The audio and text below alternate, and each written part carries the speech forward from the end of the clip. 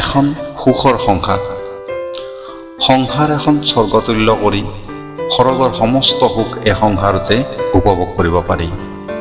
তাৰ বাবে পতি আৰু পত্নীৰ মাজত এক সুন্দৰ বুজাবুজি, সহায় সহযোগিতা, গভীৰ প্ৰেম, ভালপোৱা তথা বিশ্বাসৰ প্ৰয়োজন।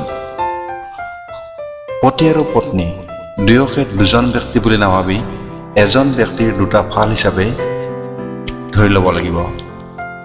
এজনে আনজনৰ আধা অংগস্বৰূপ বুলি ভাবিব লাগিব। এজনৰ দুখৰ বেদনা, পোৱা নোপোৱা, আনন্দ, হাঁহি ধেমালি ইত্যাদি সকলো দিশতেই সমান অংশীদাৰিত্ব হয় আনজন।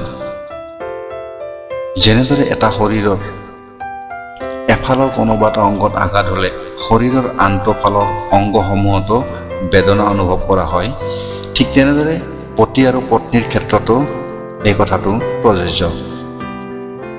পতি পত্নীৰ এই মধুৰ তথা পবিত্ৰ সম্পৰ্কৰ বিষয়ে আলোচনা কৰিব গ'লে পৰম সৃষ্টিকৰ্তা দেৱাদিদেৱ মহাদেৱৰ অৰ্ধনাৰীশ্বৰ ৰূপৰ তাৎপৰ্য মন কৰিবলগীয়া।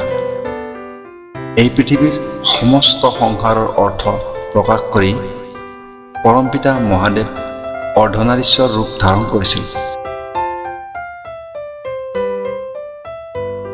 পতি অবিহনে পত্নী বা পত্নী অবিহনে পতি কেতিয়াও সম্পূৰ্ণ হ'ব নোৱাৰে। এজনৰ অবিহনে আনজন সদায় আধৰুৱা।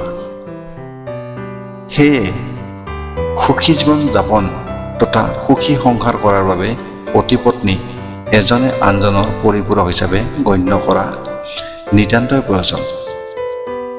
একপক্ষীয় বিচাৰ দ্বাৰাই সংসাৰ ৰূপে প্ৰকাশ কৰে, যাৰ বাবে জীয়া যন্ত্ৰণাৰ মাজত ছটফটাই গোটেই জীৱন কটাবলগীয়া হয়। গতিকে পতি পত্নীয়ে জীৱনৰ প্ৰতিটো ক্ষেত্ৰতে দুয়োকে সমানে অগ্ৰাধিকাৰ প্ৰদান কৰি সংসাৰ সুখৰ সাগৰ বনাই ৰাখিব পাৰে। অন্যথা সংসাৰ দুখৰ সাগৰ হৈ পৰে আৰু জীৱন যন্ত্ৰণাৰ এক জীয়া বৈ পৰে। প্ৰিয় দৰ্শক, এই ভিডিঅ'টো যদি ভাল লাগিছে এটা লাইক কৰি দিব নাপাহৰিব। ধন্যবাদ।